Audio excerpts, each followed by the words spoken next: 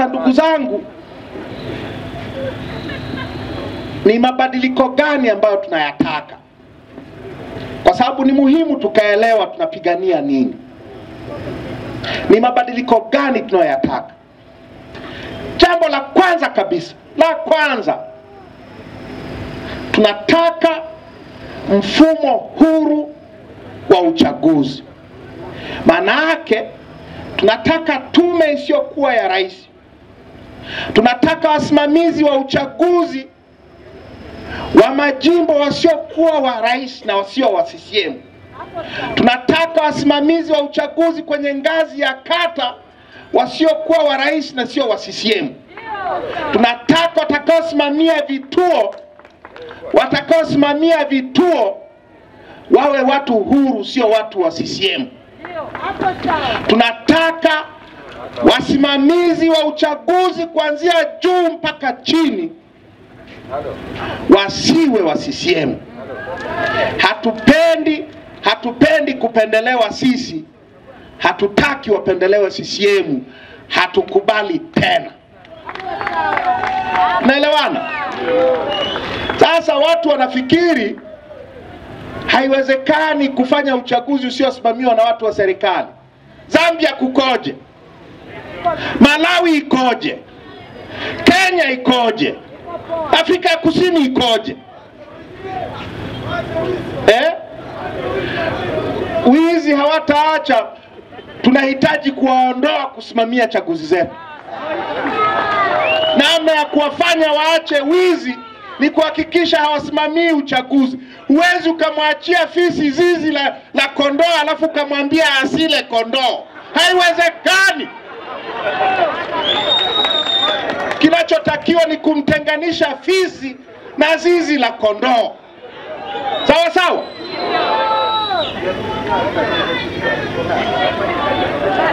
Kwa hilo ni jambo la kwanza. Tutengeneze mfumo wa kusimamia chaguzi zetu ulio huru, sio wa watu wa serikali na kwa ni watu wa CCM.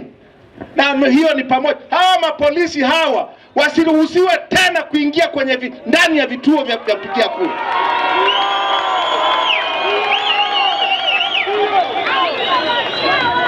Kwa sababu wakiingia ndani wanaingia na vibegi vya kura feki.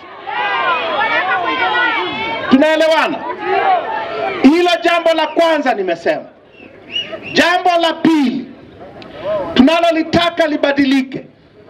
Utaratibu mzima wa kuandikisha wapiga kura iko hivi ndugu zangu. Daftari la kudumu la wapiga kura lina mamilioni ya wapiga kura feki. Wengi ni majina tu. Wengi mamilioni ya wapiga kura feki. Sasa hayo mamilioni mnakuja kuyaona wakati wa uchaguzi. Kila polisi ana kibegi mgongoni. Kila mwalimu anayesimamia na kibegi mgongoni. Kila usalama wa taifa anayekuja na kibegi mgongoni. Yamejaa kura feki. Mnanielewa?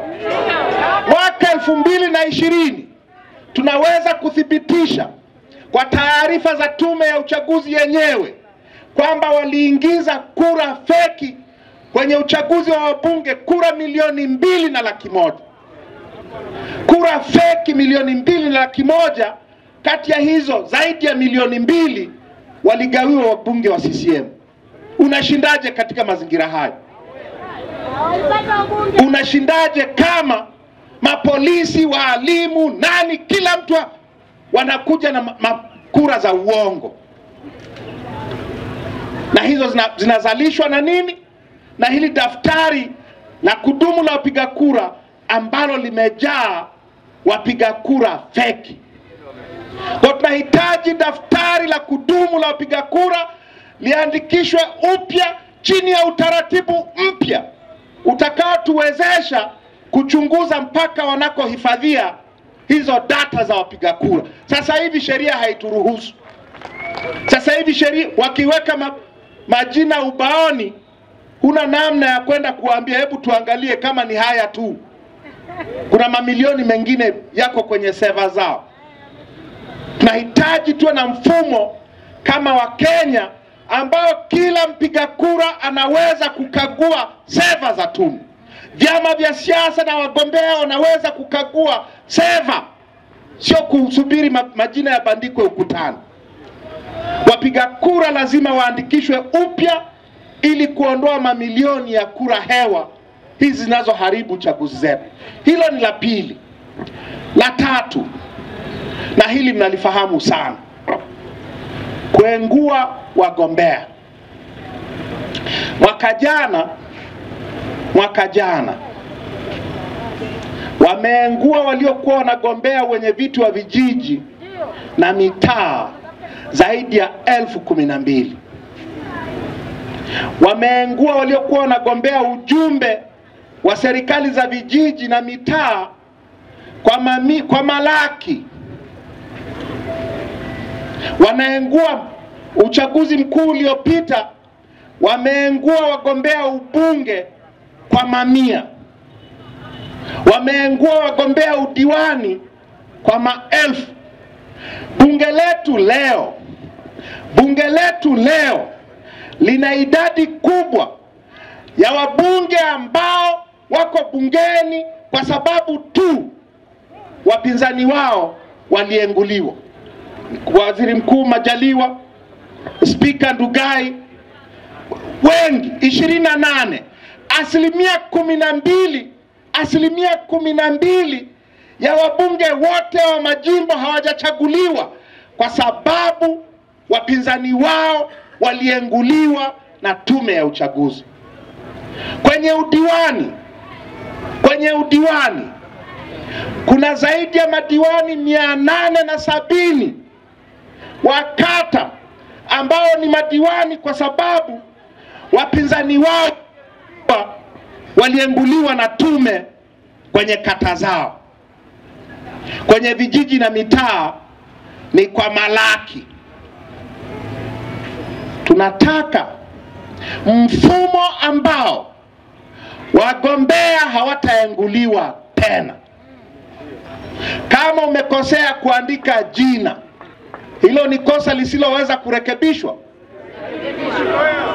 Kama umekosea muhuri, si huwa wanatuambia tumekosea muhuri, umekosea jina, sijui nini, hayo ni makosa yasiyorekebishika. Tuwe na utaratibu ambao kama kweli mgombea amekosea kuandika maelezo yake, apewe fursa ya kurekebisha hayo makosa. Sio sasa hivi utaratibu ni wa kutegeana. Wanatutegea.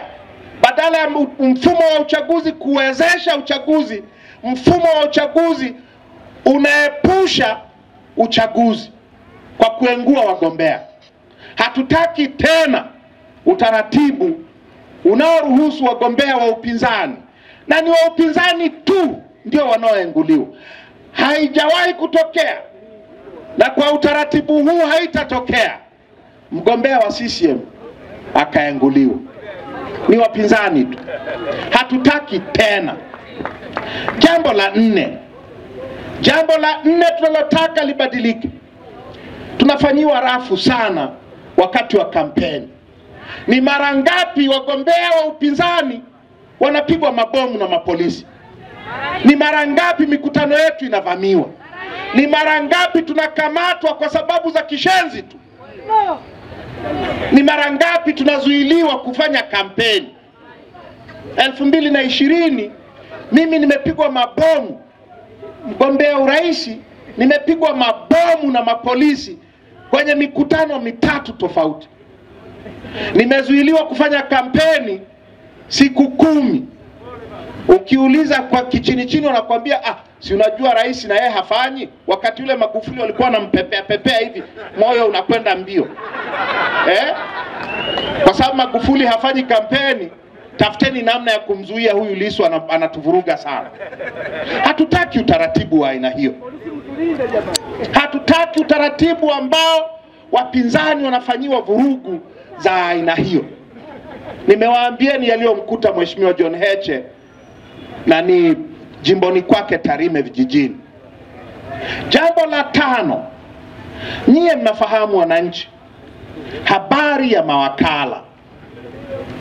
Kuapisha mawakala sasa hivi ni vita. Mawakala wa upinzani tu, CCM sijui huwa wanaapishiwa wapi. Lakini wakala wa upinzani kuapishwa ni vita. Kupewa barua ya kitambulisho cha wakala ni vita. Kuruhusiwa kuingia kwenye kituo hata kama ana barua ni vita. Kubaki kwenye kituo mpaka mwisho kura zihesabiwa, matokeo yatole, vita. Kupata nakala ya matokeo ya kituo chake, vita. Tunataka utaratibu wote unaohusu mawakala ubadilishwe. Kusiwe na chama ambacho kitakuwa na mgombea kisiwe na wakala. Sheria itamke kwamba kila chama lazima kiwe na wakala. Lazima kiwe na wakala. Kama chama hakina wakala, uchaguzi kwenye kituo hicho haufanyiki mpaka wakala apatikane. Hilo ni la 5. La 6, ndugu zangu. La 6, tunataka wagombea halali walioshinda ndio watangazwe. Sasa hivi imekuwa kawaida. CCM wanashindwa, polisi wanaletwa, wana mabomu, wana bunduki, wana magari ya washawasha, wanakuja kulazimisha mgombea wa CCM ndio atangazwe. Nimetoka Nkasi kama nilivyosema. Tumefanya mkutano mahali panaitwa Ntalambo, wilaya jimbo la Nkasi kaskazini. Mahali Ntalamila ndio, asante. Wale watu wa kile kijiji wamechagua mwenyekiti wa kijiji tarehe 30 Novemba mwaka jana. Mgombea wa Chadema ameshinda kura 966. Mgombea wa CCM ana kura 634. Matokeo hayajatangazwa mpaka leo. Mimi nimekwenda ndio nikasema kama wao hawamtangazi sisi tutamtangaza. Mie ndio nikamtangaza.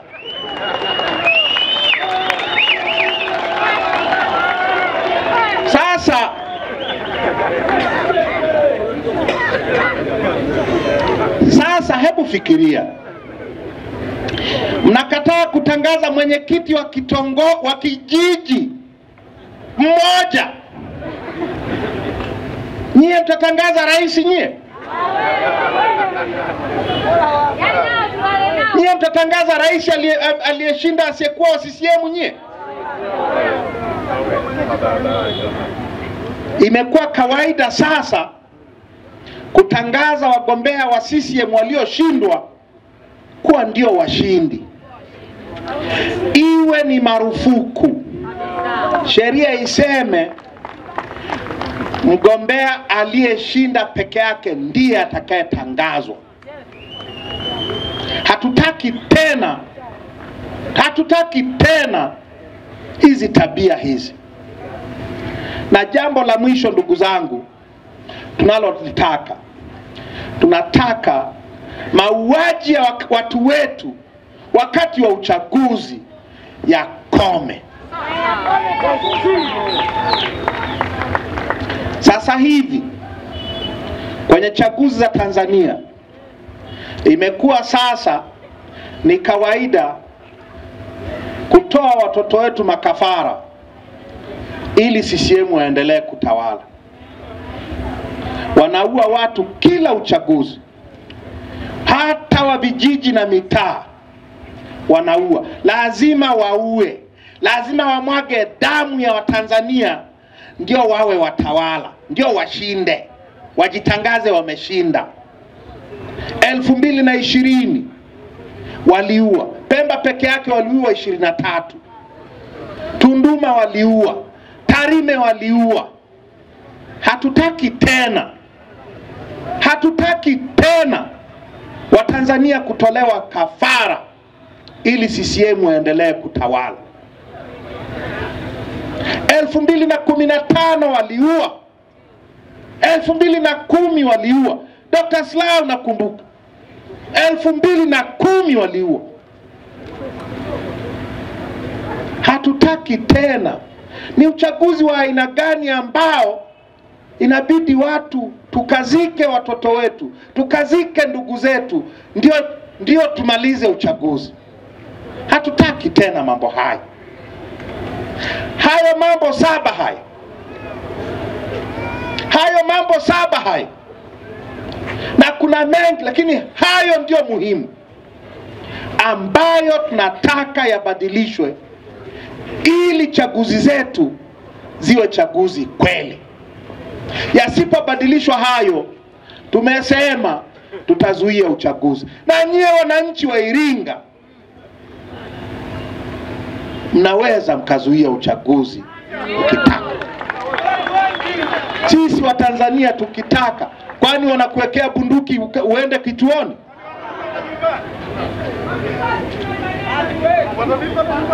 Watawafosi nyie wote? Inawezekana? Inawezekana?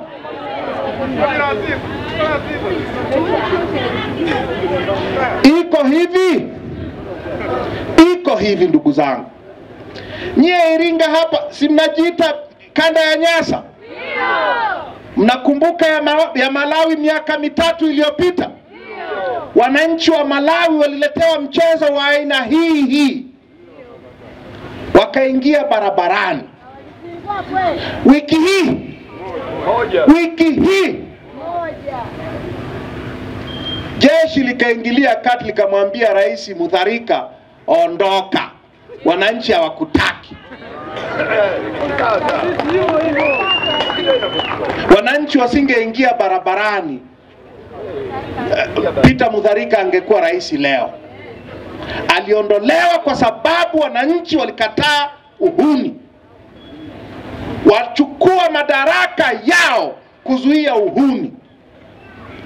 Tunahitaji kuchukua madaraka yetu kuzuia uhuni huu. Kwa kama hawataki mabadiliko haya, tuzuie uchaguzi. Ninajua haitakuwa rahisi, kwani huwa rahisi?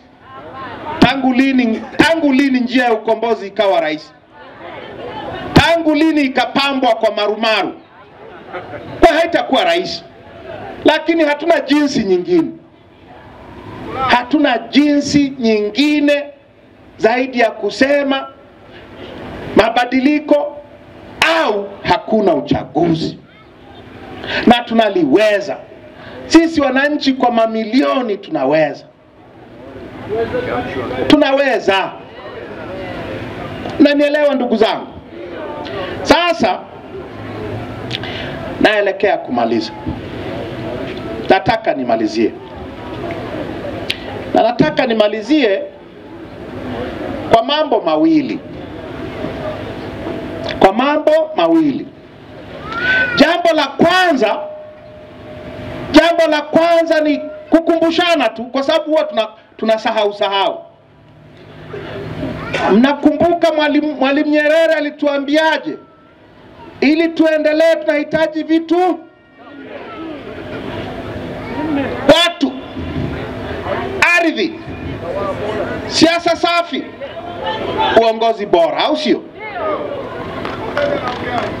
Tuna watu, tuna ardhi, tuna rasilimali ambazo Mheshimiwa Heche amezungumza hapa. Tatizo letu ni tatizo la siasa safi na uongozi bora.